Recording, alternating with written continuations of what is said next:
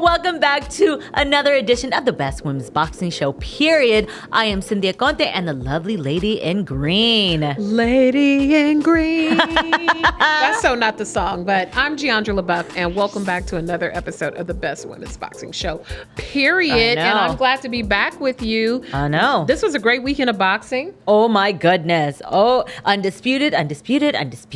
Lots of good fights, lots of people, lots of divisions coming together. This is some exciting times. You know, the boxing is dead crowd is decidedly quiet right now because boxing is very much alive and thriving. It really is. I mean, we got to see some really good fights, really good fights on Saturday.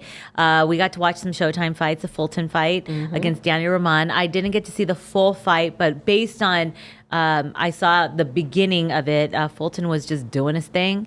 Danny was having a very hard time. I love Danny. He's just such a good-hearted soul. Even his post-fight presser that I read online and I saw, it was just so sweet. But where does Danny go from here now? He's still formidable. Hopefully he can get back out there, get another touch, and continue on with his career because it's definitely not over. Cool Boy Steph was a better man that night, and I loved the gentleman behavior afterwards of congratulating each other and commending each other on a great fight. It was just I love that. I love when even no matter the buildup, they didn't have any drama, but no matter the buildup, I love when fighters can come together and be like, good fight. Yeah. Shake hands and respect and move on. That was a good fight. And then also, if you didn't see, we had the undisputed lightweight king, Mr. Devin Haney, no longer the email champ. He is the full undisputed champ, which is great. Full champion. Great. You know, he's been the butt of many jokes, not to his own doing. Shout out to the WBC. And, you know, the franchise belt is not a thing. Did I see somewhere that he turned it down? Yeah, he did say he doesn't want the franchise title because it caused so much drama. And to be fair, a lot of people still do not understand what exactly the franchise title is intended to do, or what does it mean? So he said, you know what, doesn't matter. I have the franchise champion. I have the WBC belt, which he's always had, and he has all the other belts. So, but as of right now, the only thing that the franchise title can do is it helps you move to other weight divisions to secure your other belts. In that, it's say in the lightweight division, it secures his belt so he can go into the next division or whatever division he wants to fight in and hopefully fight for someone else's belts. That's all it really does. So, but you know what? At this point, it doesn't even matter because he has that rematch contractually that we really don't care to see against Kambosos again in Australia. What I do care to see, though, is all that jewelry that he bought his team after the fight. We are here in Las Vegas, so please consider us part of the team. We, too, would like some diamonds here at the Best Women's Boxing Show, period. We do not discriminate. We love diamonds. Bing! Diamonds are forever. No, but it was a great win, Devin. Congratulations.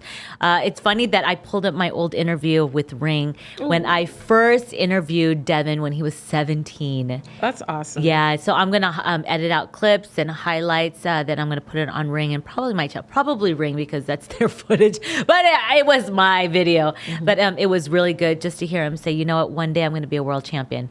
One day. And just to see his journey from that age to right now, it's been a pleasure. It's beautiful. It's beautiful. The young guys are running things. Salute to you, Cool Boy Steph, Gervonta Davis, Shakur Stevenson. A lot of good fighters out there. The sport is in great hands. And then also this week, I know that you guys are going to be watching this because Edgar Berlanga is fighting again against Alexis Angulo. Wow. Yeah. Wow. Berlanga, I wasn't very impressed. You know, he did win, absolutely dominated the fight, but he's built a career predicated on him being a knockout artist, and this was another consecutive fight with no knockout, but that's okay. But we have to be not so quick to anoint people a certain way and let them just come into their own as fighters. So we'll see what he does with this one. I think so too. I mean, it's interesting when you say that, the knockout artist, because that's how he was presented. Top Rank presented us, but that's how he fought. But then the past 3 fights, he's gone undisputed, unanimous decision. So of course he's been tested. He's been battle tested, but was that enough for him to be battle tested? I don't think so. I think he still has a lot to learn. I think that maybe, just you want to put on the show. And for him being the headliner at Madison Square Garden, again at the Hulu Theater, during the Puerto Rican Day Parade, like the day before, that's massive. So honestly, that's a lot of weight and stress to be on your shoulders to really represent your country. So I know he's going to want to show up and show out. Sadly, Xander Zayas was supposed to be on the card, and that was the most teary-eyed video that he put out, that he was so sick of. It was non-COVID related. It was a virus that he contracted.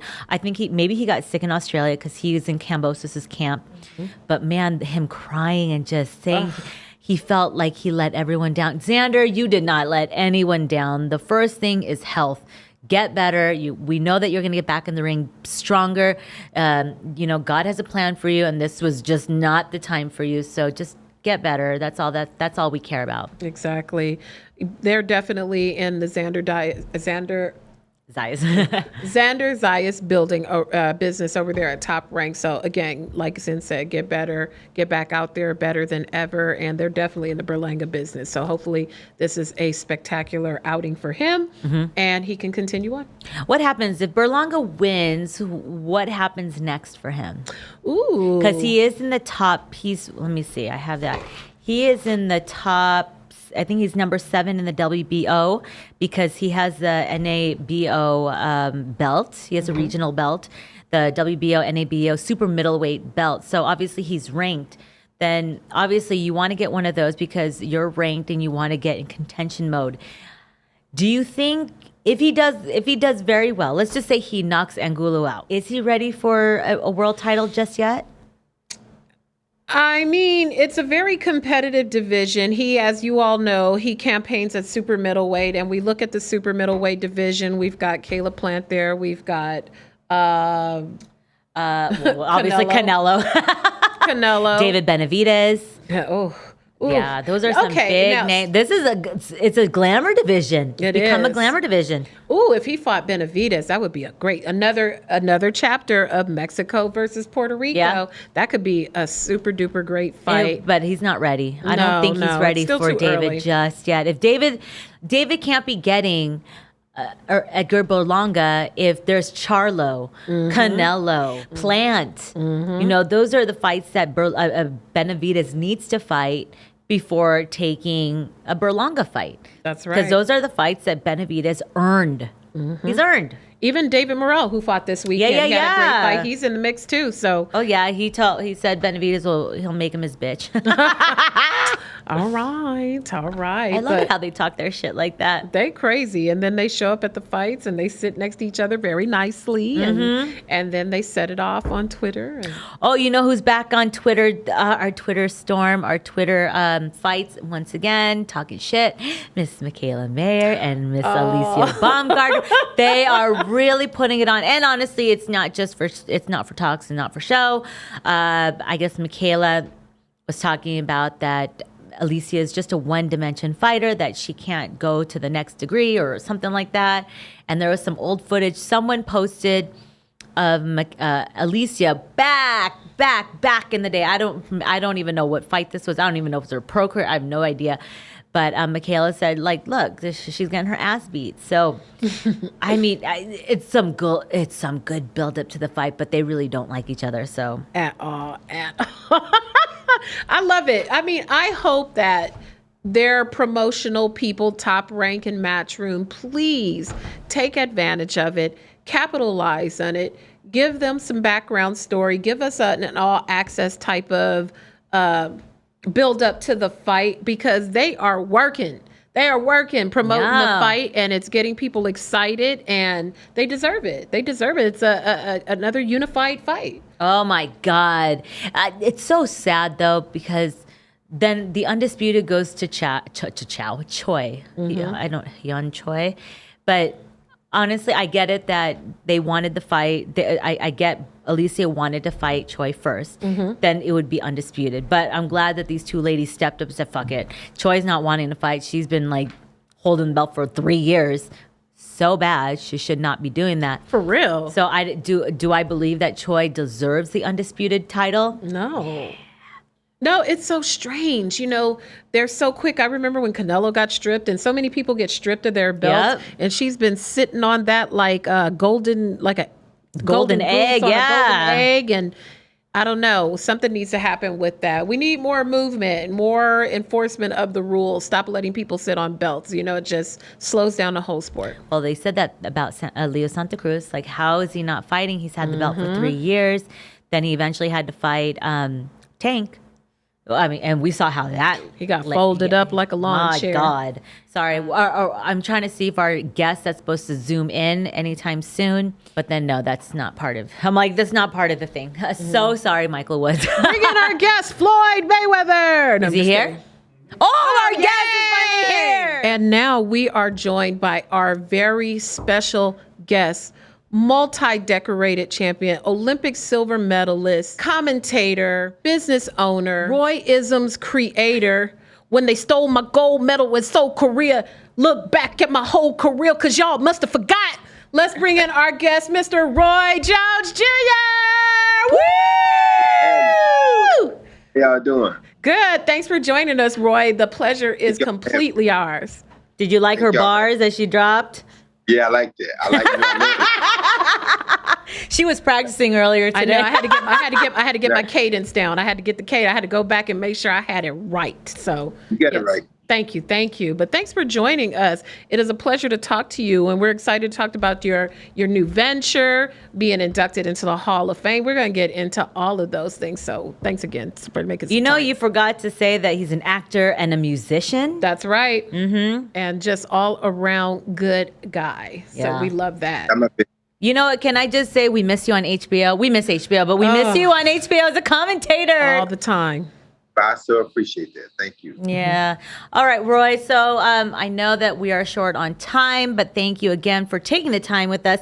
But we see this thing, ProBoxTV, and we've always said we are craving a good club show with good announcers, good referees, good everything. And then this one comes out of nowhere. I remember Michael Woods kept saying, "Oh, I'm working for this company, blah blah blah," but I can't say it's so top secret. And there's all these A++ people. I'm like, who is it? And the guy who's behind it, who started it, Gary Jonas, obviously his background with Iron Mike Promotions. Jonas, yeah. With Iron Mike Productions or Promotions. Yeah. And then you guys, you, Marquez, Paulie Malignaggi, Anthony Tarver. That is a very stellar lineup that you guys are all involved. I think you guys are all part owners, but goddamn, how did this all come about? Because that's a lot of machismo going on, but damn, this is a really good show, a club show, especially to be led by you guys. I think Gary had a vision. Gary had a very good vision. At the time, he had a friend of mine working with him by the name of John Piper. So John contacted me and said, "Hey, Roy, I got a guy down in South Florida that's trying to do his thing with boxing. We want to start a boxing network. Would you be interested in being a commentator?" I said, "Of course. I love commentary and I love talking and dissecting boxing for the layman people, for the layman eye, So, of course, I would like it." So when I came down and figured it out what was really happening, I became even more intrigued because we don't have a boxing network. We need something that keeps people up on the everyday sports news of what's going on in boxing. It's like ESPN, all they report stuff, but they only report the big stuff. We need somebody to tell you who fighting this weekend, why this guy lost last weekend, what happened at the fight last weekend, how was Devin Haney able to go to Australia in front of 50,000 people and beat the Australian guy. We need somebody we need someone to be able to report these things. And so when I realized that that's what he had, I thought it was a great idea, a great vision. I figured let me come down and see how it goes. So I've been here working with him for the last few months, and it's been working out pretty okay. a few more things we got to change in the contracts and all, but other than that, it's been pretty good. I love that. Not only is it I was reading through the description, it is the first service that's global sports streaming and media for pro boxing, but I really love the price point. In a time where there are so many streaming services that are expensive. All of those streaming services add up, but this is a really, really affordable price point. How do you hope that ProBox is going to impact this current landscape when there is a DAZN, and then there's ESPN and ESPN Plus and Showtime and all these other premium things? You guys are offering something very unique, and it's really, really affordable. First of all, the price is better than everybody else out there, so that's not a question. $199 a month or $18 a whole year, nobody beating that price. Wow. Second of all, what you're getting three of them, probably the best boxing commentators around today. I mean, no knock to nobody else, but myself, Malinaji, and Tara, it's hard to find three guys as knowledgeable and who can deliver the message as well as us three can. So we all been in there. We all know all about it. It's not like people who haven't boxed before telling you about what's going on in a fight. It's people that know the ins and outs and who can explain to you the in and outs without it being a problem. Secondly, we have this thing called the Last Chance tournament. And to me, that's the biggest hit we got. We do have the young stars too, but that Last Chance tournament is something really special. We get 8 guys who once were prosperous, who for whatever reason didn't make it, but still is trying to fight. Just that because they didn't cross the bridge at the right time, they're not getting the fair bridge back over there. Now they got to swim. And they got to swim with sharks. And very rarely do people make it once they get tossed in that water, So we giving them a new bridge. All 8 of them got to come across that same bridge, though. So we only want one person to make it across that bridge. And it's a really, really tough scenario, but it's good because it gives them a great opportunity. And guess what? If you look good in the tournament, somebody else might give you a fight now because of how good you look in the tournament. Oh. So it's providing boxing with second chance, with a second breath. And I just think it's a beautiful idea. Third, we got the the stars of the future stars. The future stars are kids who were very illustrated as amateurs, and that are probably going to be tomorrow's world champions. We got a few of those guys that we show you early, and with ProBox, you can follow their whole career. Not to mention, we do podcasts, we do interviews, news things. We just try to keep you in the loop all around with boxing. So it's something totally different. You're getting way more than your money's worth because you get to hear debates, you get to hear all kinds of things, all boxing. I really love the podcast that you guys have put out. I mean, just even the clips. I mean, we know how Paulie is. He always speaks his truth. But for the fact that Tarver and you, it's so insightful because you guys don't sugarcoat anything. You guys say it like it is. Unlike a lot of other people in the business, they'll say things just to please the networks and not say things because they don't want to hurt other fighters' feelings. But you guys say it. Like the other day, I just pointed out to Jeandra that Tarver had a whole DM conversation with Rolly Romero. Mm-hmm. Rolly put it out there, and I understand what Tarver was saying. It was just he was always looking out. He's only looking out for someone who's much younger. But and that's what I like about you guys, that you guys don't give a shit. You guys say it with your chest, and you guys are honest. And some people may like it, and some people not. And that's what we really need. That's what society needs. We need to be more straightforward and more honest. People don't tell the truth. There's so much going on behind our backs that we don't know about, and it's getting crazy because every day is something new now. It's like, it's unbelievable. And you also criticized and crucified for telling the truth these days. So people shy away from the truth because the truth can get you ousted. But, it's just a chance that we take. So we're going to tell the truth, whether you like it or not. Absolutely. For the Last Chance tournament, how did you guys go about vetting which guys that you wanted to participate in the tournament? Because right now the tournament is centered on the 140-pound division, light welterweight division. So how did you guys select who you wanted to participate? Oh, that was kind of, we kind of collectively did it. They gave us a few guys. We went through it, we looked at them, and we looked at guys who we thought were most suited for the situation. And we narrowed it down to 8 guys. We all agreed upon the 140-pound division. we're doing the other divisions too. Just this was our first one. So next time we'll probably do a bigger weight like a super middle or light heavy. Then we'll drop it down to a 130. Then we'll go back up to a 160. Then we'll just keep going back and forth, in my opinion, to where I want to see it happen. Because we want to give everybody a fair yet equal opportunity. You feel me? Mm-hmm. With doing the 140, why that division first? You know, there are tons of talented fighters. You could have selected any division to start with. Why that one in particular?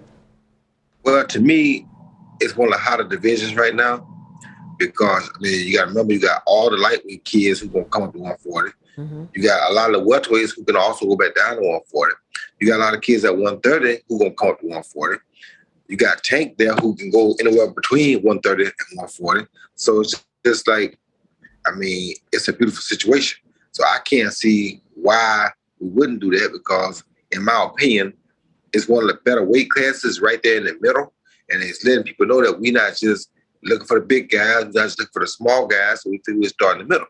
140 is the middle, is kind of the medium guys as far as boxing goes and the weight classes go. So we try to start somewhere in the middle. Well, as you know, our show is called the Best Women's Boxing Show, period. We do, we're two women that lead the show, and we lead in with women's boxing. So I'm looking at your website. How come y'all don't have female fights on your cards? Well, that's Gary, and I told Gary that we got to get to that because it's really hard because there's not a lot of female fighters out there right now, but the numbers are growing. And I think we'll start at some point doing it next year because I told we got to incorporate the women now because there are a lot of them that are getting into it and they need a platform just like the men do. So I'm sure next year we'll have a woman into it. I was there because I called, you were doing the last HBO fights, and I remember I was there because I called the 360 fights. So it was the all-female card where Cecilia Brækhus fought, and Clarissa Shields was also on the card. And it was a stellar card. And that was crazy enough, the final HBO fight. Now that we see that how women's boxing has evolved, or the evolution of it so far with Amanda Serrano and Katie Taylor, and then now Clarissa Shields hopefully fighting Savannah Marshall soon, and then now Michaela Mayer versus Alicia Baumgardner. When I say these names, are you a fan of them? Are you a fan of women's boxing in general? The Katie Taylor fight with Serrano was one of the best fights, no matter male or female. One of the best fights that we've seen in a long time. I was so glad that they were able to get that kind of fight to happen because women's boxing needed that. And I think that's going to prepare them into where they want to be at. You're Roy, you always stay in shape. You look like you're in shape now, and we know you love to step back into the boxing ring. People are always attaching you to Anderson Silva. Do you think you want to step back in there too? Yeah. Hey, if you want it, he can get it. It's just a matter of time. You know, the last time we saw you in the ring was the Triller event versus Mike Tyson. That was a huge splash because that was when Triller was introduced to us. You and Mike Tyson. I mean, honestly, when we all watched it, Mike Tyson didn't look like he wanted to continue fighting. I think he just got in that zone of becoming Mike Tyson. You know, going back into training in fighting weight and doing all of that. Did you like it? Did you enjoy that, or do you like being behind the mic? I enjoyed it, but it's a little bit easier being behind the mic. Right. But that relapse did help, and I enjoyed it. And I probably, because the bad thing about it is for me, I stayed in shape for so long that now without a fight, I won't get in shape anymore. I just kind of stay around 215, 220, and I try to go to the gym, but I'm not motivated. Now, if Anderson say I want to fight, I get motivated. I do it every day. But unless that happens, because the way my mind is censored, I just have a hard time making myself go for no reason. You need that why. But I mean, just looking at you, Roy, I mean, you still look in shape. I mean, we have fighters now. We see them who are active, real active young fighters who, when they don't have a fight, they're blowing up like 30 and 40 and 50 pounds between fights. But you still have that instinct to keep yourself around. You know how much you weigh right now, even if you're not, you know. So how do you keep your mindset together to even stay how you are? Because it would be very easy for you to blow up. Yeah, by the grace of God, I feel like God bless you with something. You should take care of it. God bless me with a nice temple that did serve me very well in my prime. Why should I just crap on it now? Why just let it get out of whack now? why not continue to take care of it? Give it a few exercises here and there. That's all you got to do is give it a little bit of time once a week or twice a week at least. That'll keep you from getting out of whack. And I think with God blessed me with it, you should take full advantage of it and use it to the fullest for as long as you can. We had Dennis Douglin on right before you. He was our guest today, and he's called Mama's Boy, and his mother trains him. I'm not sure if you're familiar. You an encyclopedia. You know who he is. And, I know about him. And he just had the most wonderful story about being a 14-year-old boy, being in the gym with his mom and not taking boxing seriously. And he said it was your fight. You fought Telesco. He said that was the fight that changed his life, that made him really take boxing seriously, just like the swag and the energy. You really brought something different. When the young guys come to do the young guys reach out to you and really give you your flowers and express to you how much you inspired them and kept them going for it? Because a lot of the young ones seem to have a chip on their shoulder when it comes to dealing with the veterans in the sport and the people who blaze the trail for them to follow on. A lot of them do have once they're successful, they have a problem with giving accolades back. But the ones that are on the way, they always tell you. They tell you that how inspirational you were to them. And people think that I hate Antonio Tarver, but I don't hate Tarver because Tarver always tells me that, we fought as kids. I beat him, of course, but he always tells me that once he saw me in the Olympics, he was kind of bad out. He was bad off out there. And he saw me in the Olympics, and it gave him inspiration because he knew that we used to compete and that we were around the same age. I can win or get robbed, but really put on an Olympic gold medal winning performance in the Olympics. It inspired him to come back. And now look where he is. The world knows him because of me, but the world could have not known him because he could have stayed what he was doing and never made it in life. So to be able to inspire people means a lot. But for people like him to humble themselves enough to come back and tell you that is a big thing. So for kids, young guys who think once they make it, they're too big to tell those people before them what they meant or how. I tell you another person who's very humble like this, Andre Ward. He texted me today and said, "Hey, when we're up there at the Hall of Fame this weekend, can we hang out for a little while?" Yes, of course I want to hang out with you, bro. I remember when he carried one of my belts to the ring before he turned professional. I want him to understand that feeling so when he got to his own, he would know what that feeling was like. I never got to carry nobody's belt to the ring before I got to carry my own. Mm-hmm. So I know what that was like. But I want him to understand and get that feeling before he ever experienced it, so he'd know. So he brought one of my belts to the ring, and it made him love that feeling. So look what he did. He went on to become one of the best pound fighters himself. So you never know what that inspiration can do to a kid. Sugar Ray Leonard inspired me so much as a youngster that it stuck with me my whole career. So you always try to go out and reach out and these guys. Some guys appreciate it, some guys don't. But that's not for me to do. God sees all. Maybe that should be a new practice because look, we just had Devin Haney, he carried he carried Zab Judah's belt to the ring when he was a little boy. So maybe that is the secret to success, right? Carrying someone as a youngster, being inspired and carrying the legend's belt to the ring. Yeah, it's a beautiful thing. I tell you, it's a beautiful thing because it makes you feel like they care for you, they care about you, and they care enough to entrust their belt in your hand and bring it to the ring. That means a lot. Mm-hmm. Well, Roy, you are a legendary 4-division world champion. When you have these kids coming up, like say them in ProBoxTV, when you're vetting the fights and even looking for the young amateur, the young children, when someone comes up to you, they're like, "Oh my God, Roy, you're a really cool boxer," but they don't really know like the history of who you are. What do you tell them? Like, how do you define yourself for someone so young that has never seen many of your fights because they're just too young? I don't define myself. I said, well, check it out on YouTube. Oh, that's so funny. That's a very good, yeah, why not? For sure. Roy, I've always just been so impressed by just your wisdom and what I always liked about your commentating was just the flavor that you brought to it. You were always so unapologetically yourself. Like we talked about at the top of the show, you keep it real and keep it honest. Do you think that's lacking in boxing? Is commentating too focused now on creating narratives and all those things? Now that you are in a different venture, what do you want to do from the commentating side to continue to elevate the game? I always believe that commentators should tell the truth as it is. Don't try to water it down and make it better than it really is, because the truth will make it exactly what it is. But secondly, we as commentators in boxing, we don't care enough about our sport and about our athletes. Because if we did, we show our losers a little bit more respect than we show them. And like what I mean by that is, a guy lose one fight in boxing, they make it sound like he's the most worthless piece of crap on earth and he should never fight again. And that's not the case always.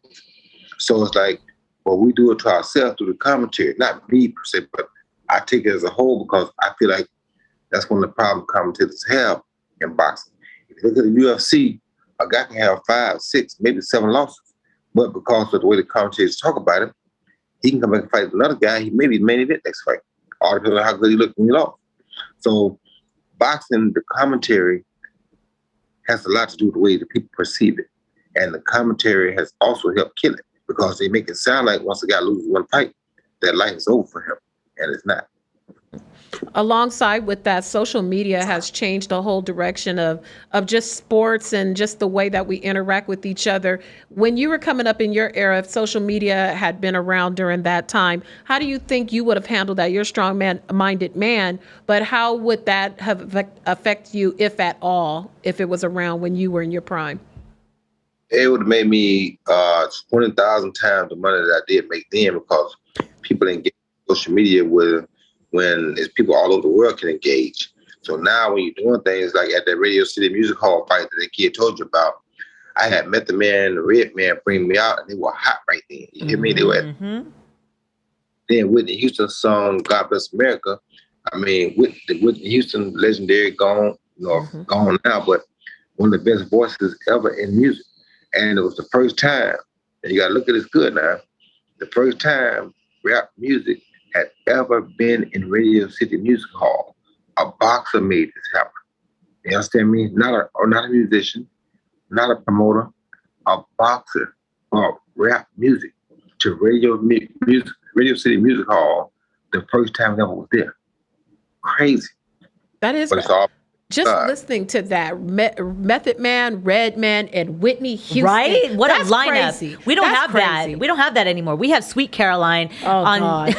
Can you imagine how much the tickets would have cost? Yeah. Just tickets for a concert At of radio, Whitney, Redman, and Method Man, let alone the fight. They're getting it along with a fight ticket. How did you guys even court? How did you set it up? Did you call them? Did they say, hey, we really love Roy. We want to walk with him? I call by the grace of God. But let me just say it like this.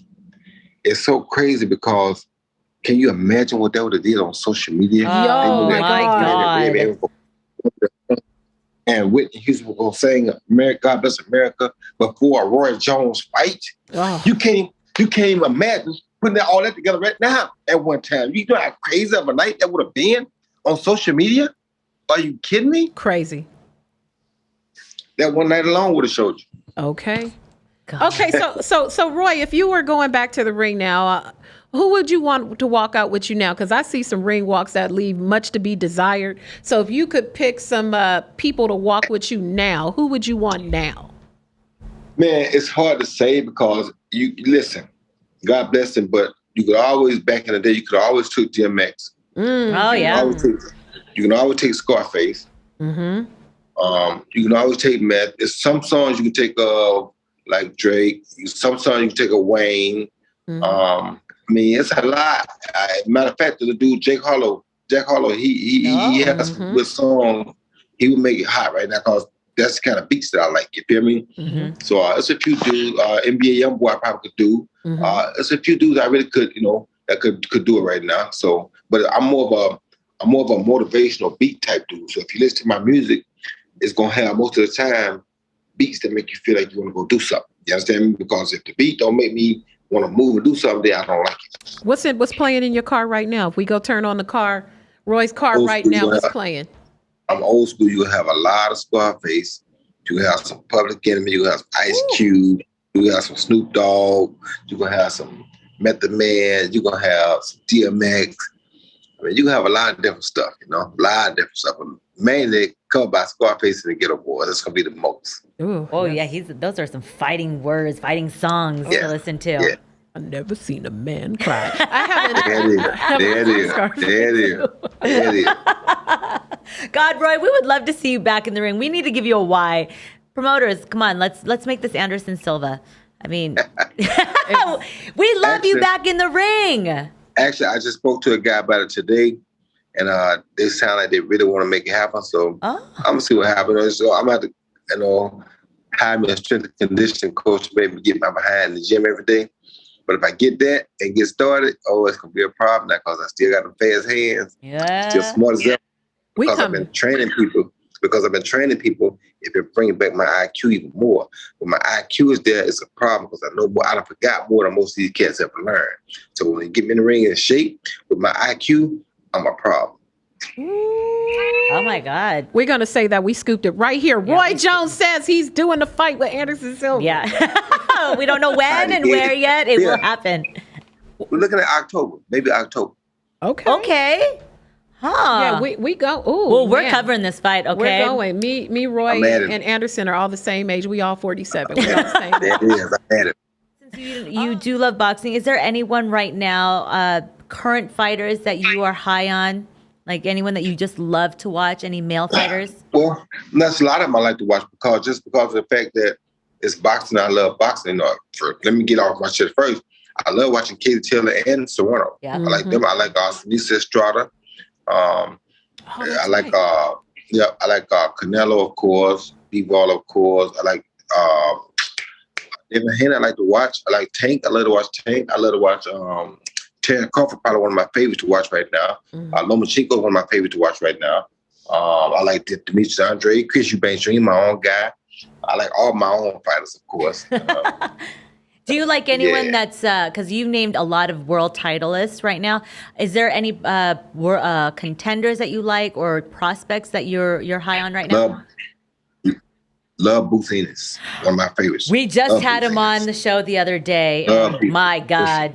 I swear, he probably thinks I'm his number one fan. That's okay. It's fine. And I better be his number one fan because he going places. Yes, he is. Oh, that's good. This new young group of young men, Tank, Boots, Shakur Stevenson, there's some terrific cool boy stuff. There's the sport is in good hands. Is this the best time for boxing, better than it has been in recent years? Well, it's better than it has been in recent years. And the reason it's better than it has been in recent years is because all these guys that we just talked about are about to have to come into a battlefield of finding out who's the best around that weight class. And that's what's been missing in boxing. Mm-hmm. We haven't had where like David Haney said, I'm willing to go to Australia to prove I'm the best. I go in his backyard and take it. And he did that. That was a lost art. Since my time, that had been gone. Ain't nobody been out there fighting it and doing it like that since I left. And I was hating it because that presence hasn't been there. That's what the old heads left me with. King of the hill. You the champ, you the champ. You fight whoever come at you for your title. When I called in Radio City Music Hall that night, my left hand was so messed up that I couldn't make a real fist. But because I had met the man, Redman, Whitney Houston, I went back and I said, if God didn't want me to do it, it would have broke completely. I didn't break completely, I just fractured the bad. Well, as good as I was back then, I felt like I could beat anybody with one hand. Though with my strong hand, it shouldn't have been, I'd rather fight you with my weak hand because I do more with my weak hand than I do with my strong hand. My weak hand was hurt, that's not likely that you'll fight with your strong hand because you don't throw it as much. But I knew that if God didn't want me to do that, my hand would have broke completely. It didn't break completely. I was not about to let that chance pass me, let those people down, or miss out on that beautiful opportunity to be the first person to bring rap music to Radio City Music Hall. Wow. Wow. Just even that, it's such a legendary place, Radio City Music Hall, to have all of those stellar guests, to have Roy in the ring, and knowing your story about your left hand. I mean, it's a movie. It's really a movie that's playing out as you say it. Yep. Oh, wow. You know, I hope that these young fighters are listening to you. I feel like that's what's lacking in the sport. Just listening to you talk to us, you are still so passionate about the sport. There's a lot of people who just seem so lackadaisical about it that it's just, they're punching the clock and coming in the ring, and it's not really their life. This is still your life. Yep. If you don't love it, why are you doing it? Mm-hmm. If you're going to make people, allow people to pay attention to you, if they're going to give you their time to pay attention, then make it worth their while so they want to give you the time next time. I think, That's how I felt. with a lot of the fighters, and we've noticed this now, even though with their social media, a lot of fighters don't give the media the time. And they've said it. This is how Leonard Ellerbe even said it when he was talking about Floyd's upcoming. Floyd gave the media the time. He spoke to every one and last reporter that ever waited for him. And some of these young people waiting, they're just all about the money, which is totally fine, and all about the show, the knockout, but there's still the come up. There's still your story of you need to get your story out because everyone has a story. They have a backstory of how they got to where they are, and they don't ever show that. And that's what makes boxing. Yep, because if you know the story, it makes you want to follow it because maybe it's something that you can relate to. Yep. When people find stuff that they can relate to, they follow it. That's why Scarface is my favorite artist. He's rap about things that I can relate to. So we touched upon the Devin Haney fight that took place this week. And what did you think of the Haney fight? It was a clear, decisive victory. He went over there, dared to be great. And also, I wanted to ask you, they have a negotiated rematch. They have a contractual obligation to do that. Is there ever, I don't know if you even know the answer to this, but it was such a dominant victory. Is there ever a case where a fighter can get out of a rematch contractual obligation? Yes. Oh. Yes, the champion always can decline it. When I beat James Turner, we had an automatic rematch, but he didn't want to come back and make 168 again. So he said, he didn't want to do it, so he declined. So we didn't have to do it. The guy who was champ when it happened, or whoever demands the rematch, was usually is the champ. And the reason he demands rematch is because usually he didn't have to fight you. So since he didn't have to fight you, he gave you an opportunity. If you beat him, at least give him a chance to redeem himself. That's what the automatic rematch clause is all about. Well, if the champ chooses to say, I can't beat him, then he can let it go, and Devin going to do whatever he wants to do. But I doubt if he's going to let it go. I think Kambosos is probably definitely going to try to fight him again because he's going to realize that he fought absolutely the wrong fight. And Devin came out, he gave Devin a chance to beat Devin. If you let Devin beat Devin, Devin going to be great because Devin is destined to be great. If you let Devin be comfortable and beat Devin, Devin going to kill you. And that's what happened. In this rematch, because obviously George believed that he said in his post-fight presser that he felt that he landed a lot more shots and he felt it was a close fight. A lot of people thought it was a close fight. And obviously a lot of people saw it as maybe 2 rounds to George. If this rematch is activated, can George change up the game plan? Because obviously he wanted to go into a firefight with Haney, but Haney was not allowing that. Can George... how can George be victorious in this sense if Haney's going to fight the same type of fight by using his jab and his distance? First thing is George better go face reality first. You got your behind beat almost 12 or 12 rounds. You may have got 1 or 2 they gave you, but you lost really almost 12 or 12 rounds. So you need to pay attention and face reality. First thing. You lost the fight by a big margin. How we do it? We gave you 3 rounds. You still lost the fight by a big margin because you fought the wrong fight. Go back, face reality, look at what you got to do to have an opportunity or have your best chance to win the fight. And go back and fight that fight.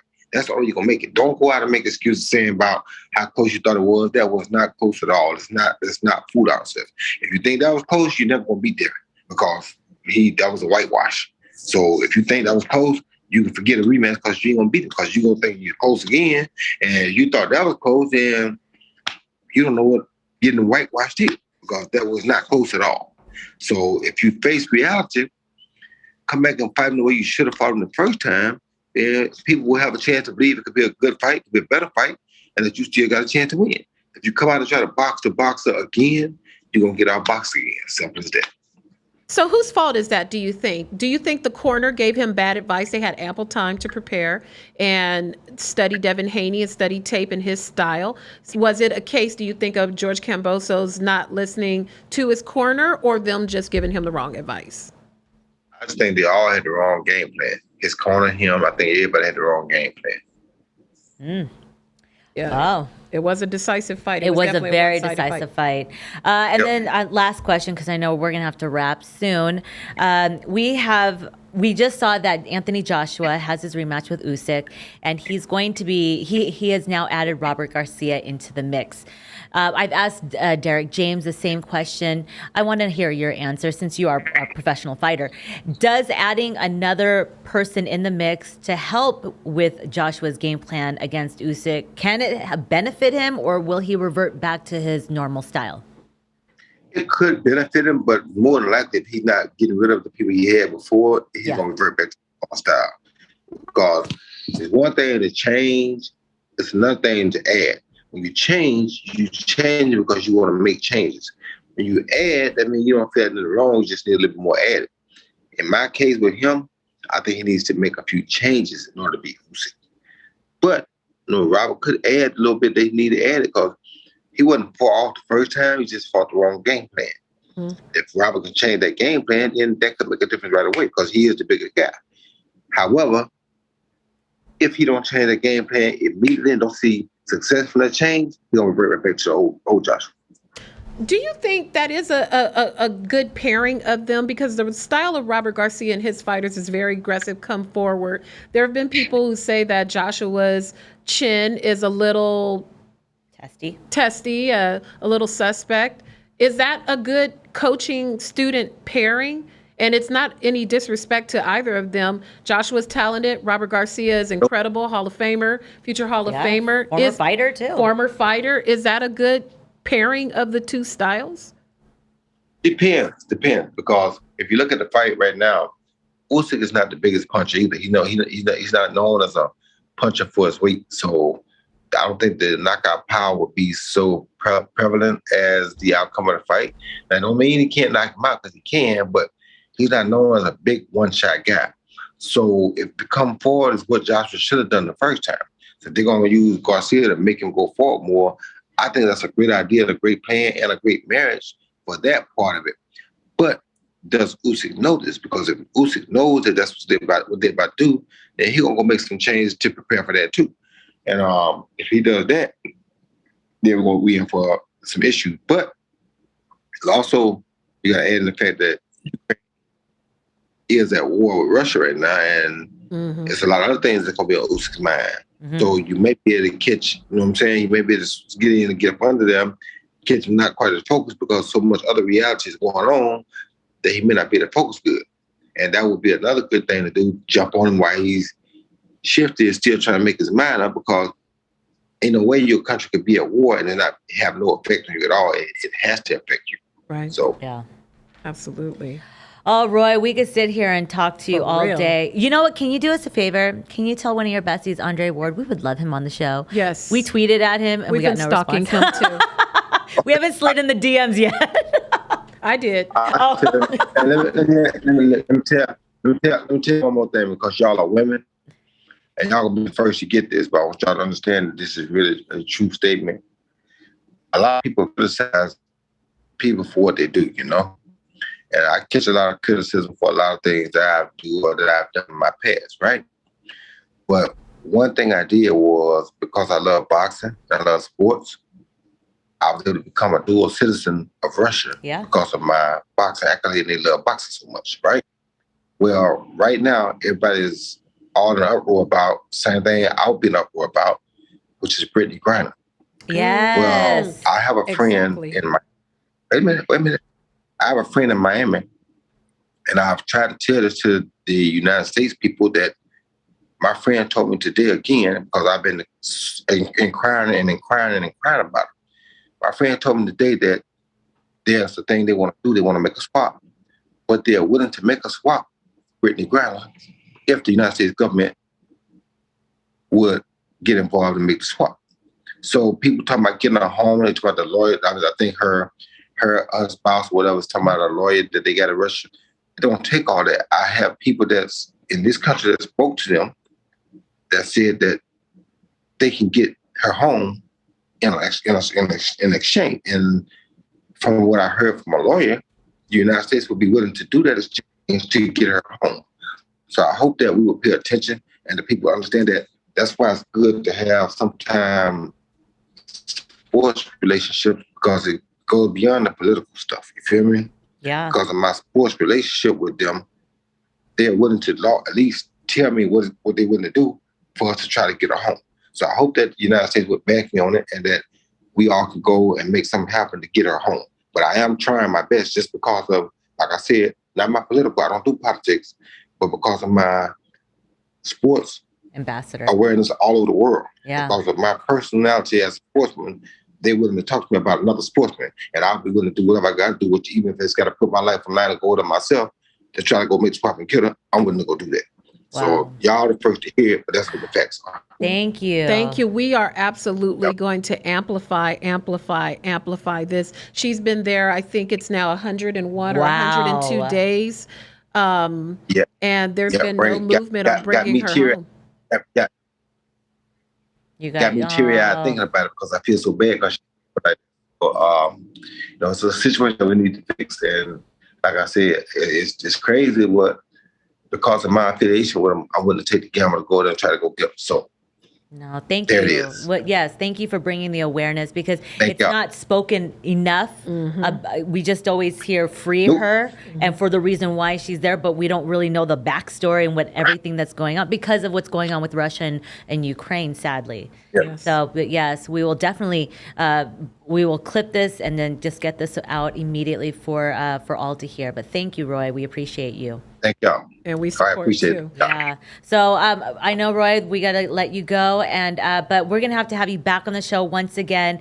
We would love to have all of the boys. We're interviewing Tarver Marquez, Gary himself, Paulie, but they would be fun just to have all of you boys on the on the show talk boxing with us ladies because we know our shit. That's right.